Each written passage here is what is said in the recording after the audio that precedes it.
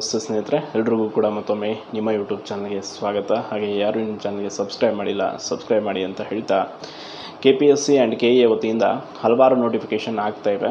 And ಅದರ ಜೊತೆ ಈ ನೋಟಿಫಿಕೇಷನ್ಗಳಿಗೆ ಒಂದು ಆನ್ಲೈನ್ ಅಪ್ಲಿಕೇಶನನ್ನು ತುಂಬ ಜನ ಅಭ್ಯರ್ಥಿಗಳು ಆಗ್ತಾ ಇದ್ದೀರಾ. ಬಟ್ ಕೆಲವೊಂದಿಷ್ಟು ಅಭ್ಯರ್ಥಿಗಳು ಈ ಒಂದು ನೇಮಕಾತಿಗಳಿಂದ ಹೊರಗುಳಿಯುವಂಥ ಪ್ರಸಂಗ ಬಂದಿದೆ. ಕಾರಣ ಅವರ ಒಂದು ಏಜ್ ಲಿಮಿಟ್ ಕ್ರಾಸ್ ಆಗಿದೆ.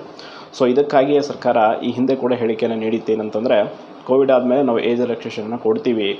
ಕೋವಿಡ್ ಆದ ನಂತರ ಯಾವ್ಯಾವ ನೇಮಕಾತಿಗಳು ಮಾಡ್ಕೊಳ್ತೀವೋ ಎಲ್ಲದಕ್ಕೂ ಕೂಡ ಏಜ್ ರಿಲ್ಯಾಕ್ಸೇಷನನ್ನು ಕೊಡ್ತೀವಿ ಅಂತ ಹೇಳಿದರು. ಬಟ್ ಅದಾದ ನಂತರ ಬಂದಿರುವಂಥ ಹಲವಾರು ನೇಮಕಾತಿ, ಫಾರ್ ಎಕ್ಸಾಂಪಲ್ PDO ಆಗಿರ್ಬೋದು, ಆ್ಯಂಡ್ ಕೈಗಾರಿಕಾ ವಿಸ್ತರಣಾಧಿಕಾರಿ ಆಗಿರ್ಬೋದು, ಆ್ಯಂಡ್ ಜಲಸಂಪನ್ಮೂಲ ಇಲಾಖೆಗಳಲ್ಲಿ ಇಂಜಿನಿಯರಿಂಗ್ ಹುದ್ದೆಗಳು, ಹಲವಾರು ಹುದ್ದೆಗಳು, ಆ್ಯಂಡ್ RTO ಆಗಿರ್ಬೋದು, ಆ್ಯಂಡ್ ಸಾರಿಗೆ ಇಲಾಖೆದು ಕೂಡ ಅಷ್ಟೇ. ಬಟ್ ಯಾವ ಹುದ್ದೆಗಳ ಒಂದು ನೇಮಕಾತಿಗೂ ಕೂಡ ಏಜ್ ರಿಲ್ಯಾಕ್ಸೇಷನ್ ಕೊಟ್ಟಿಲ್ಲ. ಬಟ್ ಓನ್ಲಿ ಗೆಜೆಟೆಡ್ ಪ್ರೊಬೇಷನರ್ ಅಂದರೆ ಏನು KAS ಹುದ್ದೆ ಇದು ಅಪ್ಲಿಕೇಶನ್ ಇದೆಯಲ್ಲ KPSC ಇದು, ಸೊ ಅದೊಂದಕ್ಕೆ ಒಂದು ಬಾರಿಗೆ ಅನ್ವಯವಾಗುವಂತೆ 3 ವರ್ಷದ ಏಜ್ ರಿಲ್ಯಾಕ್ಸೇಷನ್ ಕೊಟ್ಟಿದ್ದಾರೆ. ಸೊ ನಾವು ಕೇಳೋದಿಷ್ಟೇ, ಬೇರೆ ಎಲ್ಲ ಹುದ್ದೆಗಳಿಗೂ ಕೂಡ ಏಜ್ ರಿಲ್ಯಾಕ್ಸೇಷನ್ನ ಕೊಡಬೇಕು ಅಂತ. ಕಾರಣ ಕೋವಿಡಲ್ಲಿ ಹಲವಾರು ಅಭ್ಯರ್ಥಿಗಳು ತಮ್ಮ ಒಂದು ಅವಕಾಶವನ್ನು ಕಳ್ಕೊಂಡಿದ್ದಾರೆ. ಸೊ ಅದು ಓದುವವರಿಗೆ ಅದರ ಕಷ್ಟ ಗೊತ್ತಿರುತ್ತೆ.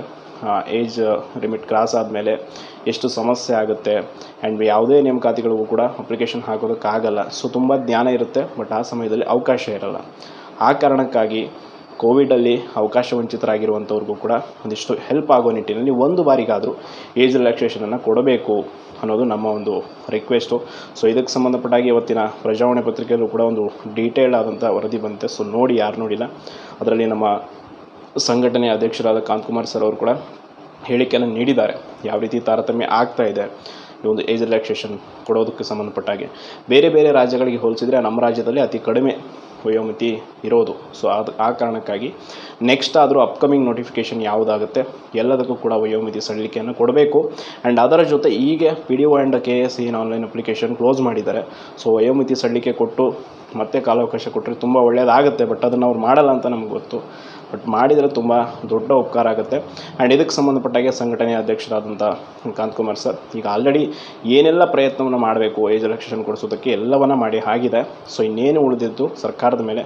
ಸೊ ಎಲೆಕ್ಷನ್ ಆದ ನಂತರ ನಾವು ಇದ್ರ ಬಗ್ಗೆ ಕ್ರಮ ಕೈಗೊಳ್ತೀವಿ ಅಂತ ಮಾನ್ಯ ಮುಖ್ಯಮಂತ್ರಿಗಳು ಹೇಳಿದ್ರಂತೆ. ಸೊ ನೋಡೋಣ, ಕಾದು ನೋಡೋಣ ಏನಾಗುತ್ತೆ ಅಂತ. ಖಂಡಿತವಾಗಿಯೂ ಏಜ್ ರಿಲ್ಯಾಕ್ಸೇಷನ್ ಬೇಕೇ ಬೇಕು.